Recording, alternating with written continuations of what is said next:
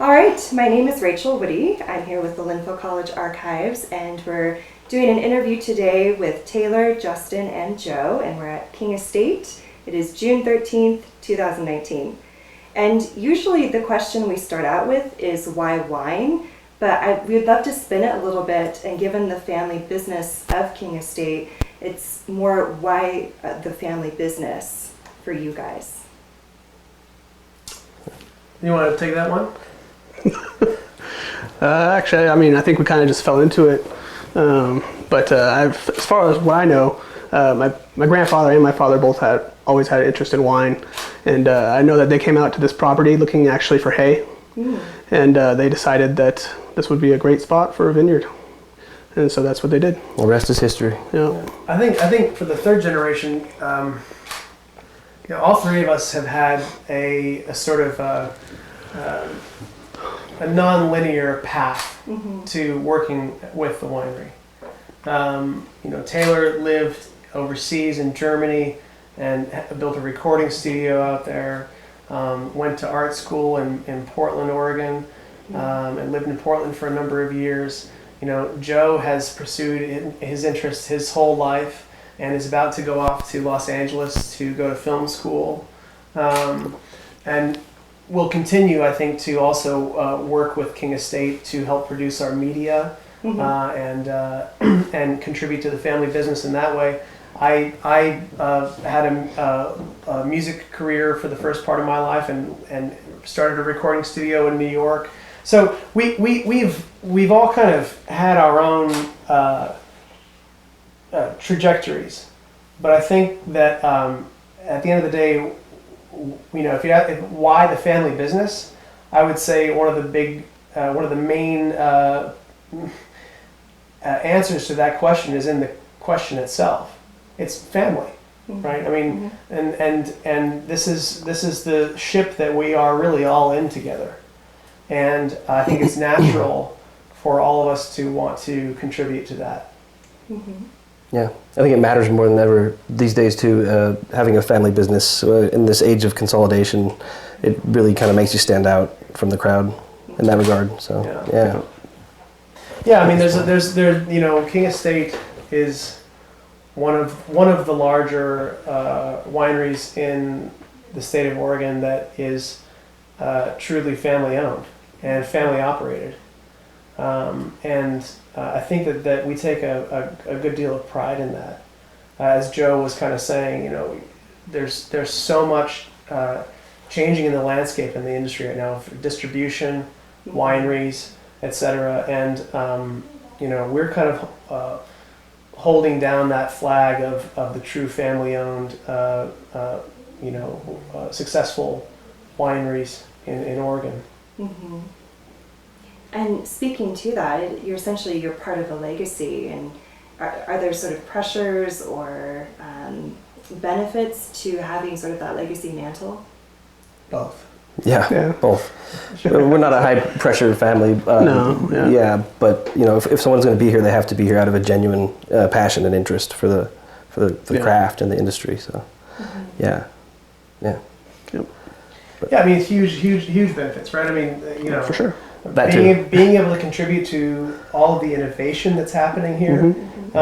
Taylor's done a lot of great label design work. Joe's done a lot of our media to try to communicate everything that we're doing on the property here.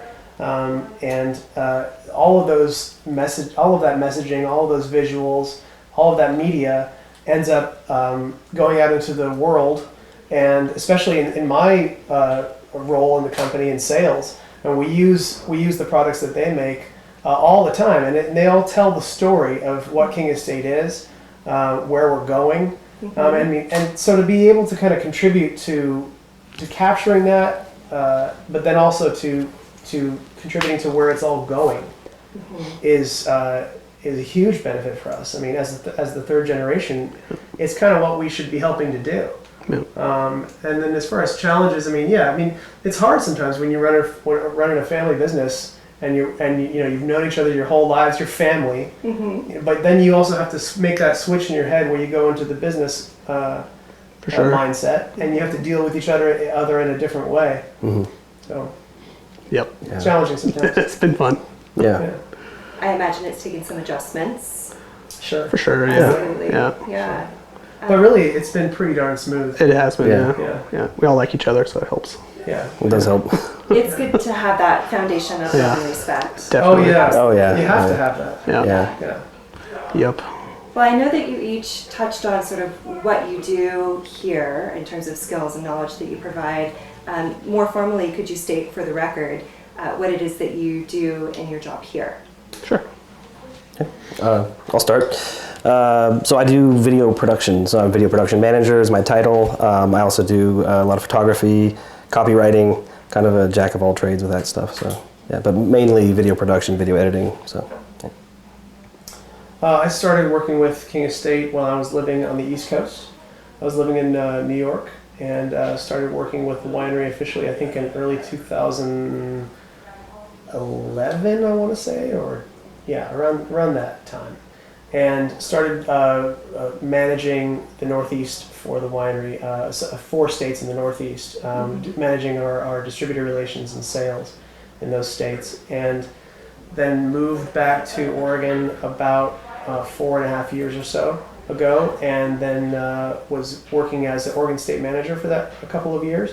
And then a couple of years later, I took on the role of national sales manager. So I manage our sales organization, and we have about 8, well, we're about to have 9 sales managers across the nation. I do graphic design management. I do basically, also I help with marketing assistant. And I've been working, I started part-time while I was in college. So I think I started around 2008 here doing POS materials for sales, also like motion graphics for media and yeah. Advertisements. Yeah, I've been doing I do a lot of stuff. Kind of hard to pin it down. You are the entire Yeah. graphic design department in one Yeah. person, so that's Yeah. yeah, Yep. So that's good. Yeah. Have a good time. absolutely. Yeah. And were you all, when you came in, were you able to sort of choose, okay, I'm very interested in this particular thing, or were you assigned roles? Did you choose them? No, I think we had the freedom to kind of figure out where we wanted to plug in. Yeah, it should play to our strengths, right? Yeah, exactly. And like I think at that time when I started, there wasn't really anyone doing graphics for us in-house, and so we kind of decided to bring it all back under the roof. And you went to school for that. I did go to school Yeah. for that, and then also Justin was in New York at the time, and I think he was in a great opportunity to plug into the sales team there and the environment and get kind of a crash course in a very intense market. So Yeah. it's probably very valuable for him. Definitely. Yeah. It was all uphill from there. Unless you move to California. Downhill from there. Excuse me. Downhill from there. Oh, okay. That makes more sense. Yeah. Yep. Or both. But yeah, there was no pressure. I think it was just a really cool. I think my dad was very thankful to have us want to be involved. You know. Absolutely. Yeah. Yeah, it's always been a very welcoming environment. Yep. Yeah, I mean, I've worked here on and off since I was in junior high, just different jobs, different capacities, trying to learn as much as I can about the property. And the staff has always been very welcoming, very friendly, and kind of mentors. And yeah, so when it came time to this most recent round of us being here, it kind of, made sense for it to play to our strengths. And he's charismatic, and he's got a hell of a good eye for video, or for design, I mean. And yeah, and I just cut videos.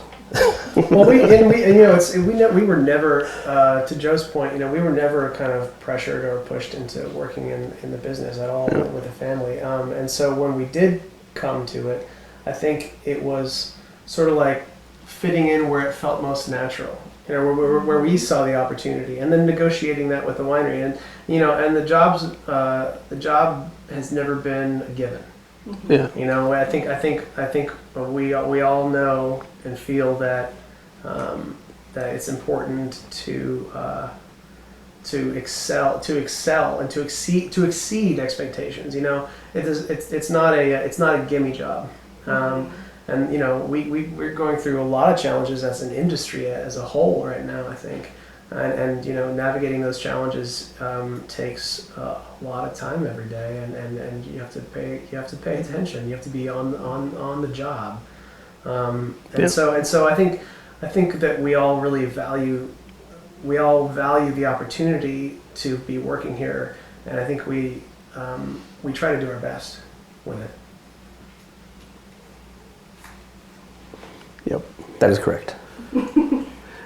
You're all in agreement. We're all agreeing. I mean, it was interesting because I was definitely like a very fish out of water when I first started, because I did study visual effects and motion graphics, and I was kind of in my head planning to go into the film industry in some way or another, and then I just kind of got lured back to come in, and so I had to learn everything from the start. I was mispronouncing names of wines, and I had no idea how a lot of stuff was done, and just over the last decade or so, I've really, I think, picked up a lot, and I'm very thankful for that. We have a lot of really incredibly talented and smart people who are working here in their jobs, and Absolutely. it's incredible, actually. Yeah. I'm thankful for that, for sure. Yeah. It's also one of those pursuits that's fascinating because you could spend your whole life dedicated to learning about it and not know everything there is to know. So For sure. That's, yeah. I was very fortunate that I was able to work at the bar over there and work with people who were much more knowledgeable than me. And yeah, there's just a wealth of knowledge out there, and it's, if you really get into it and you become passionate about it, it's pretty rewarding. I don't want to call it hobby, but topic of study, I guess. Winemaking, wine sales, wine industry. So yeah, wine history. I mean, we took a UC Davis wine history course. That was pretty fascinating. Yeah. A lot of stuff there, and that's just scratching the surface. Yeah, I feel like So- we're taking a course every day. Yeah, sure. Yeah. Well, in each of your respective roles, are there some larger goals or a larger vision that you're each working towards? Oh, I mean, for me, I'm always trying to see how we can step it up, make a better product visually, but also, of course, I care about what's in the bottle. But I'm just trying to always make what we do better and more accessible to people. And yeah, I mean, I've definitely gotten very into packaging design, and I would say that has become kind of my passion. So I'm very thankful that I'm in the opportunity in the place where I can kind of just propose new ideas, and a lot of them get shot down because it's pretty crazy, but at the same time, a lot of them don't, and so that's really rewarding. Yeah. So yeah, it's great. Yeah. I think for me, it's just making a compelling video that engages people. Engagement's important, and relevance, and we have a really powerful story out here and a powerful history, but conveying that in a 30-second, 15-second, or even a minute video can be difficult. You can also become long-winded about it too. So it's about finding that sweet spot, and telling their story, engaging people, but not, dragging on kind of thing. And that's also changed too recently because of social media. Sure, They've exactly. kind of had to conform to that a little bit. And, Yeah, you get a 15-second snip, 1 minute, Yep. something like that. So Yep. Challenging. It Yeah. is. Would you remind me of the question again? Larger goals / vision with your respective role here. Yeah. well, yours is a big one. Well, I mean, so, the sales piece is obviously, it's challenging right now. There's so much flux in the industry right now.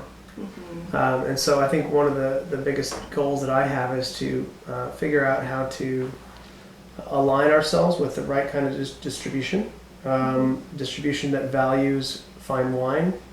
A lot of major distribution is just driven by liquor or beer, and we are in an interesting spot as a company because we are one of the larger producers in Oregon, but by comparison to suppliers in California or Washington.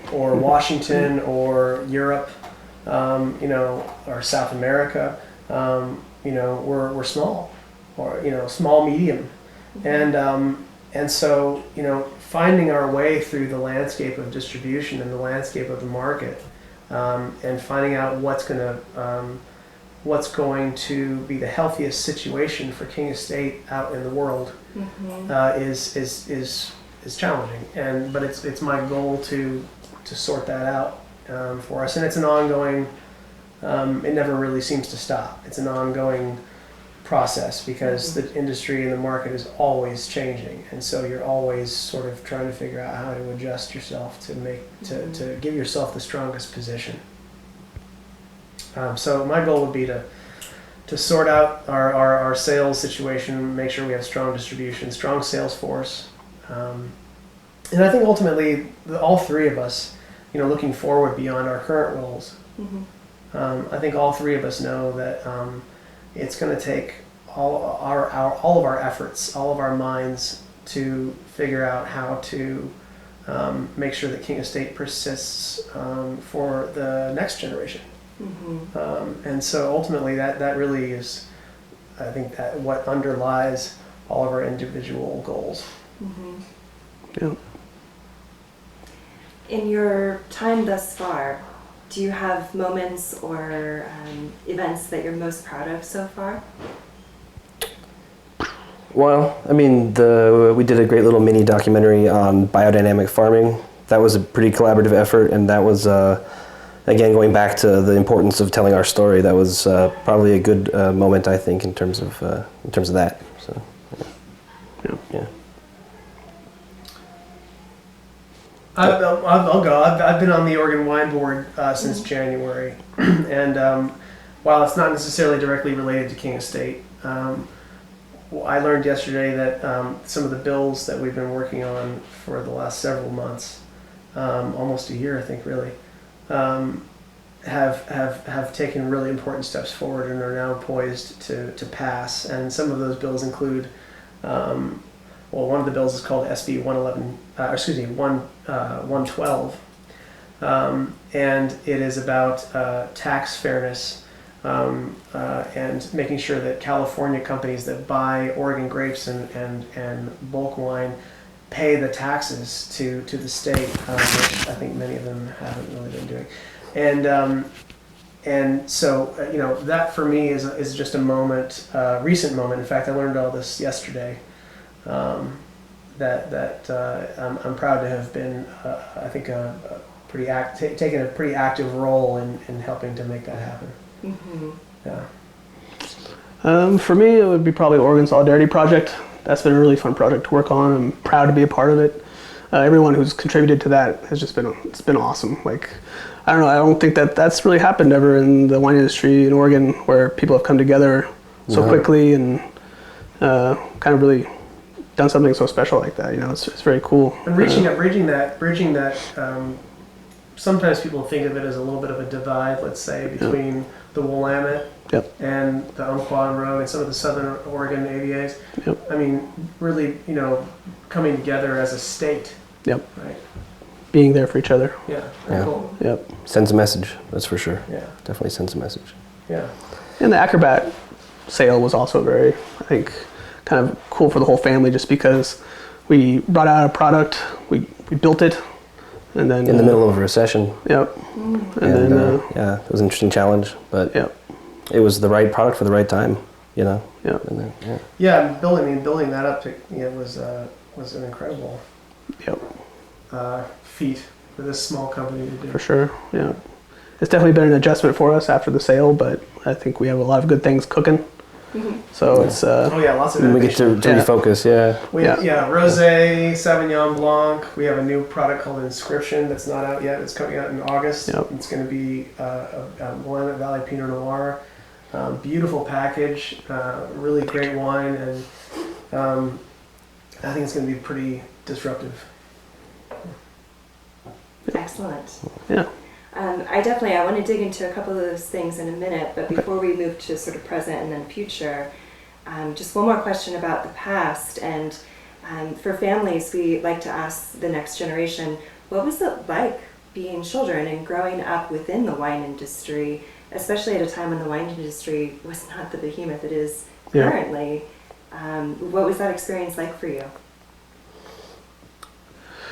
At least for me, it was actually, I don't know anything different, so it's kind of cool to, I definitely have very, very vivid memories of being on this hill when there was nothing here, and except for a field of hay, and seeing my grandpa out here and my grandma and family members coming out here and just starting the whole thing from scratch.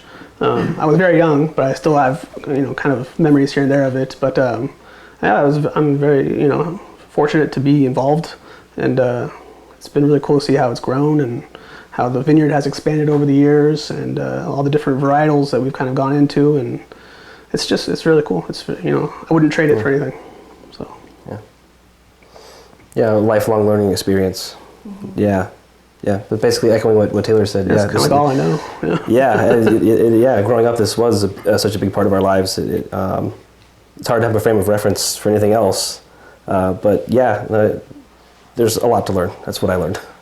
Always a lot to I learn. mean, like you pointed out, I was gonna say is that we've always gone off and we've done our different things, Yeah. but Yeah. this has always been here. You know, Yeah. it's always been kind of like It's been a constant. yeah, like Yeah. I knew that I was gonna eventually somehow come back. Come back, So yeah. Well, it's you know, I think to be totally honest too. I mean, you know, our father is such a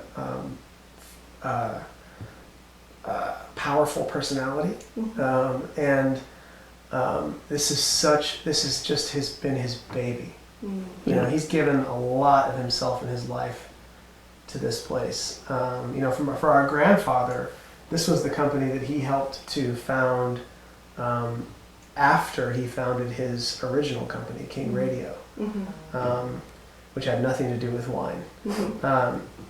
And so really, you know, our father has been really deeply invested and involved in this emotionally and time every way. And I think to some degree it always felt like, you know, it was just his. And it is. But at the same time, it's more and more becoming sort of ours, the whole family, and we're all kind of taking more ownership of it, in the sense that we just have that. We're developing that same emotional investment, or similar emotional investment, Responsibility, similar sense of responsibility for it. And despite the fact that we've all kind of had our own directions, and you know, like I said, Joe's about to take another new direction of his own down in Los Angeles. I think that we've always kind of felt tethered in a good way, you know, anchored or grounded in a good way, a little bit to not only to the winery but to the southern Willamette area and to Oregon, and it's really just a deep part of who we are as individuals. Well said. high five. That's on camera. For perpetuity. Yeah. Yes, That's yes, right. it is now on the record. So you touched on Oregon Solidarity. Yep. For the historical record, could you talk about the events that led up to forming Oregon Solidarity and what that is? Sure, this might be better for you to Yeah, take. so we got a call from Jim Burnett and Walnut Valley Vineyards. They contacted a number of wineries throughout the state to make us aware of these contract. We won't say cancellations because the contracts weren't canceled, but the fruit was rejected. So these contract rejections or these fruit rejections. And I flew down and met up with Jim and Representative Gomberg and Christine Clare and a number of Southern Oregon vineyard owners. And we had a little essentially a small press event where we invited folks to come and report on the story, and we all helped to harvest one of the Pinot Noir vineyards down there. That one day, and so it became clear that, you know, what had happened was really wrong. There obviously the forest fires have really affected Southern Oregon, and there were a lot of vineyards that absolutely were affected by the smoke, right? But there were many that weren't as affected. And in our mind, coming from the sort of Oregon ethos that we came up in, when you have a partner, a growing partner, or any kind of partner actually for that matter, in business, if they fall on a hardship, you do what you can to shoulder that with them. You figure out how to work together to make sure that they don't lose their shirt that year. And we didn't feel like that was happening, and it wasn't happening. So we felt that it was important that everyone who had the means to be able to do so take it upon themselves to, you know, purchase this fruit from them at the contract rate, and make what wines we can make out of them, and make sure that these farmers didn't face a disaster, essentially, financial disaster.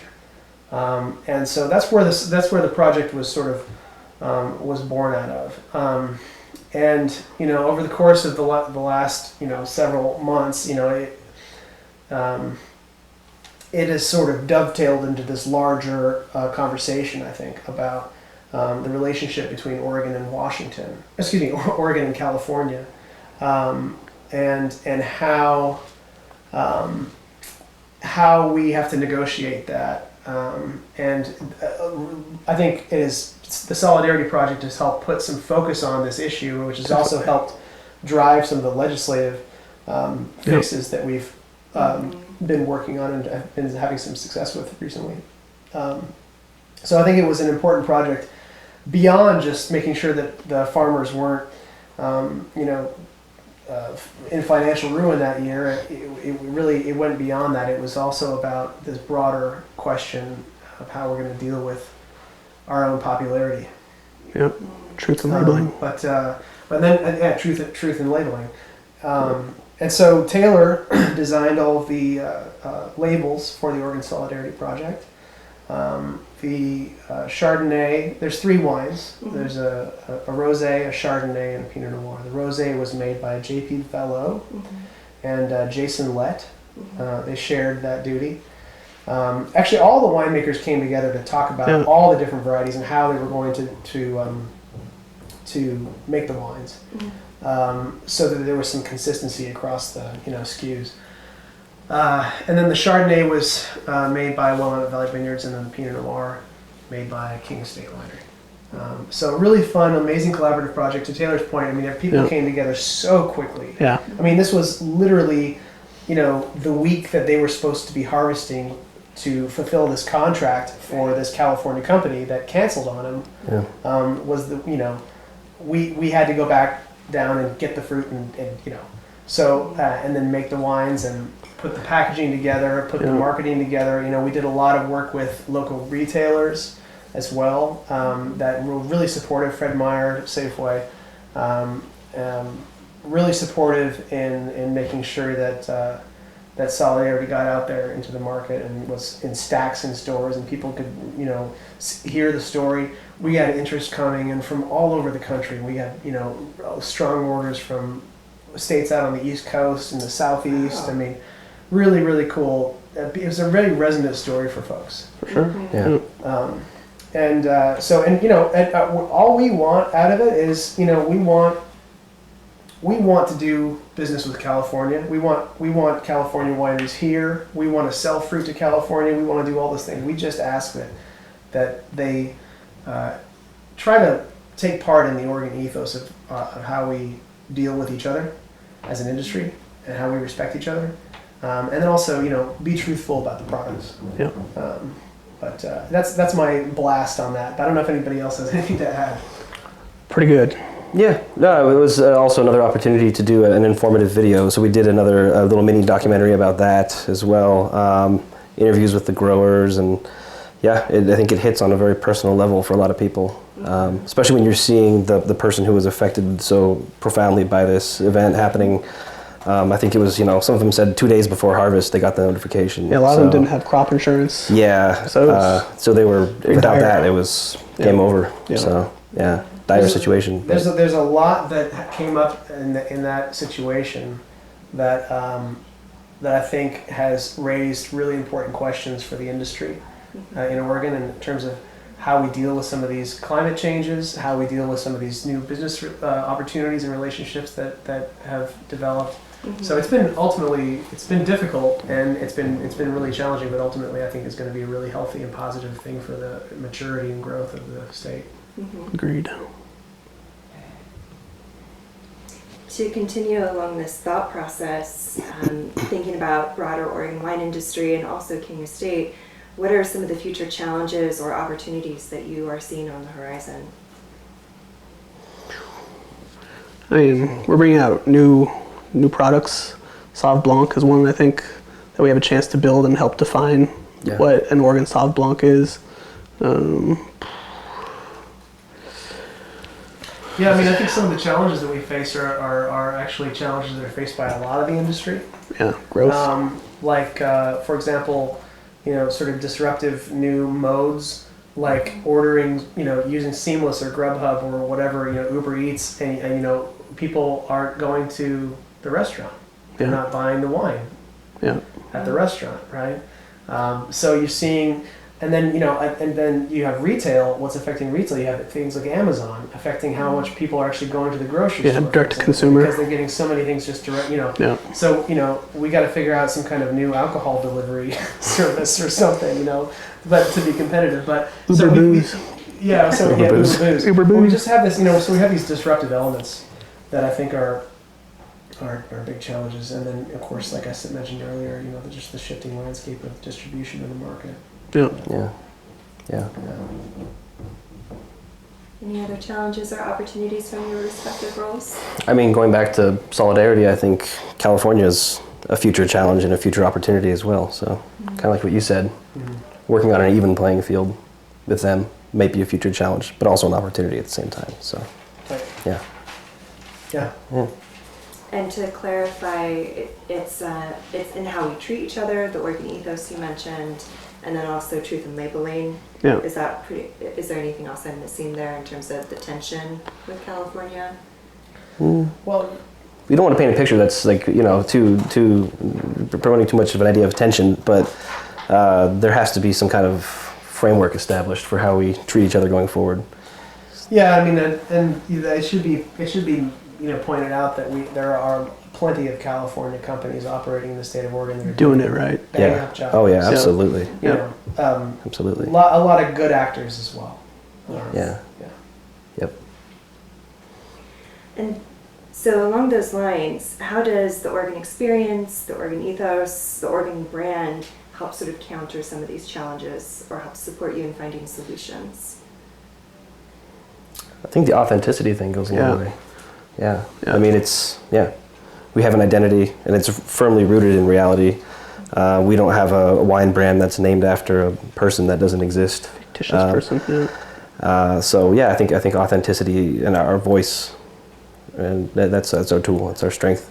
Yeah. And our family has always had that. Going back to King Radio, our grandfather was very focused on providing a product that was trustworthy and honest and value. And I think that has definitely carried right on into King Estate. And I think we've all inherited that kind of drive and that ambition to continue to do that. So I think that, and also I think that extends to a lot of other wineries and vineyards in Oregon.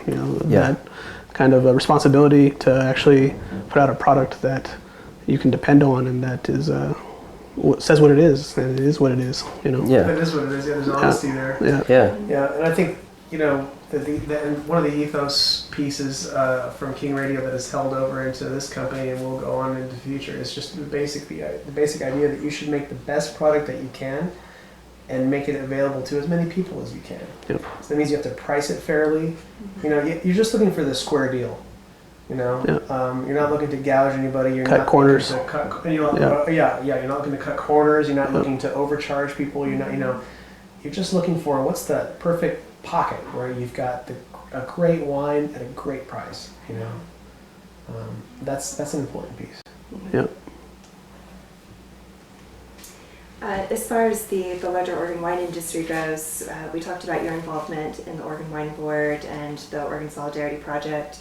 Are there other groups or committees that any of you have been involved in, sort of outside King Estate but helping within the industry? Me, no. I've been pretty King Estate focused. I've been involved on and off with various groups, but never in a permanent sense. I think Justin's the one to answer that question. The OWA, OWB, kind of. Well, yeah. So I mean, there's we said OWB. I've been on the board of Food for Lane County for over 2 years now, and so it's essentially a food justice organization and making sure that folks in this county who need food assistance get it. It was involved with the Oregon Environmental Council for about a year, and also Square One Villages. That's another organization I was on for about a year. When I joined the Oregon Wine Board, I had to leave Square One Village and Oregon Environmental Council because I just did not have the bandwidth to actually do all that and this job. But Square One Village is also a fantastic organization. They offer transitional housing for folks who are trying to break the cycle of homelessness and not wine related, but important Yes. issues. The community, Yeah, for sure. community related. Yep. Excellent. So thinking about growing up here, how have you seen both King Estate and this area sort of evolve from when you were kids to now? Yeah. Wow. Just a short, brief question. Yeah, I mean, I think when we started out here, am I right saying that a lot of the road was gravel? Yeah. Territorial. That stretch of territorial was gravel, and the roads all here. We have a pretty extensive paved road system on the estate, but it used to be just one gravel road up to here, and our first tasting room, like when we first started, was in a room about this size. Yeah. And in the tower, in the north tower, and so then we built the restaurant in 2005. Yeah. I was actually in Germany during that time, but yeah, it's changed a lot. This whole area has changed a lot, and I mean, it's been awesome to see the grow and Iris coming in, and Chateau Lorraine, and then Ale Song is now there, and so it's cool to see kind of the little southern Willamette Valley Little hub. little sprout kind of happening. Yeah. Hope it grows. Hope it continues for sure. Oh yeah, I think just in general, Oregon more broadly too. I mean, when we started, there was just a handful of wineries in the state, and we were really out of it in terms of the center. Oh yeah, we were way far away from that. No man's land. And there are close to 800 now, I think. Yeah. It's crazy. At least wineries and wine labels. But so yeah, I mean, gosh, in the last 20 years, the growth has just been meteoric, right? Yep. Good and bad, in a way, I mean, right now, one of the leading, if not the leading, retail Pinot Noir from Oregon is not made here and probably has California fruit in it. So if that tells you from going from, a tiny wine producing region no one really knows about to, having vampires. It's flattering. It's flattering. I mean, it's right? flattering, but it's also challenging, right? So yeah, a lot of growth, a lot of challenges. Which leads me to my next question, which is where do you see this developing in the next 25, 50 years? Ooh. This business or the industry in Oregon, or just? I'd like to hear both, if you don't mind. Okay. Well. I think we're going to keep doing what we do. Yeah. As long as we're able to get grapes, well, I think we're going to continue to make wine. That's my plan. And we're going to continue to innovate. Yeah, we're going to always innovate, change things up, but always focus on the core values of delivering, it's in the bottle. Quality and and making it attainable. So it's going to get more challenging for many reasons. As the climate also changes too. Exactly. You're going to have people. We're already seeing the attraction of Oregon. We don't irrigate on our property. We've never irrigated. We're dry farmed entirely. Yep. So. That is like a unicorn for somebody coming from California, right? Yeah. Or even Washington too. Just highly, highly attractive, right? Yeah. And even parts of Washington. Yeah. Really attractive to a lot of companies, and I think it's already driving business up here. It's going to drive more business up here. I think there's still a lot of growth yet to come in the Oregon wine category. And the Oregon wine industry is going to have more and more political gravity within the state in the coming generation. I think one of the things that's going to be really challenging for Oregon is to stay Oregon. Yeah. And hold on to those values that we feel define. And those things are going to change, right? I mean, we have to be open to those values changing, I think. But it's already being challenged, though, right it's now. Already being challenged, yeah. Sure. And we're going to evolve. Yep. But we have to also, in that process, I think, as we go through it, we have to think about what are the things that make us distinct. What are the things that define us? What are some of those core pieces that make Oregon Oregon, or make King Estate King Estate? Yep. And make sure that that we're always true to those, even if they evolve in some way, and they should. But we have to make sure that we're fundamentally true to those sort of origins, I guess. Good stuff. Very good stuff. For someone who's looking to enter the wine industry, what would your advice be? Buy a boat. Well, take it's a like vacation. There's so many, Caribbean. long-term people in the industry that say, oh, I basically inherited this vineyard from my parents, and I thought it would be like a fun, retirement thing. But they say, don't do it, But but I feel like it's probably one of the most rewarding things you can do. When you have all these different factors that come into play, and in the whole process of creating wine, having a high quality finished product in your hand, it does. It feels incredible. So It's very gratifying, for sure. Yeah, absolutely. Yeah. Especially when you consider all the challenges and, like I said, variables. So a lot to juggle. And for us, it's nonstop. Yeah. Like, as far as the family goes, we're just constantly communicating about it, updating each other, discussing what's happening, what's going on. 24/7. I was say I don't think anyone takes a day off. Really, It's like nonstop. Yeah, our emails are constantly going. And we got so much stuff going on right now today. We got our brand new labeler delivered from Italy. Yes. Yeah, it's probably, I don't want to toot our own horns, but it's probably one of the nicest labelers in the state. Oh, that labeler, yeah, it's awesome. It's had a lot of capabilities that we didn't have before. We just A lot of capabilities that no one has. I think. Nobody has. Yeah, in terms of just what they can do on the bottle, in terms of labeling, and also we just got a brand new filler. We're reinvesting in everything. So I think the original filler, the original bottling line that we had, we've been using for 28 years. Yeah, I was gonna say 20 plus. Yeah, 20 something. So it was definitely time for an upgrade. We had one of the last working Crohn's, I think, fillers in existence. Antique. Yeah, we were. We went from an antique to the cutting edge. We skipped the middle. Like it got to the point where we had to actually fabricate our own parts for it when the things broke down because you couldn't source them from anyone because they weren't making them anymore. Yeah. So it kind of got to that point where I was like, okay. Yeah, now's the time. Now is the time. Yeah. And so yeah, we've totally reinvested in a lot of things, and it's just, I think it's that cycle of just staying in it, keep going, keep chugging away, and I think for me I'm not super duper into everything, but like it's very gratifying because it's with the family, and it doesn't feel like work sometimes. Sometimes. I mean, in parentheses. Yeah, we that's the thing. It's like when you win together in a business, it's always great. Mm-hmm. When you win together as a family in a family business, it's like amplified in some way. Mm-hmm.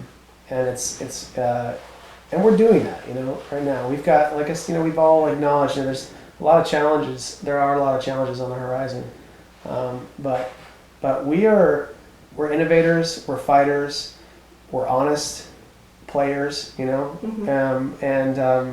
And we know what we're doing is extremely high quality and high value for the customer too. So, and we know. The way that we take care of our property is the right way to do it. We're the largest biodynamically certified vineyard in North America. We've been certified organic since 2003, I think. Oregon Tilth. Yeah. Oregon Tilth. Yeah. We take a high level of pride in everything we do. It's not about what is the little piece of the business and do you want to devote your energy to that. It's about every little piece of the business you take pride in. And you do every piece of the business right. Mm-hmm.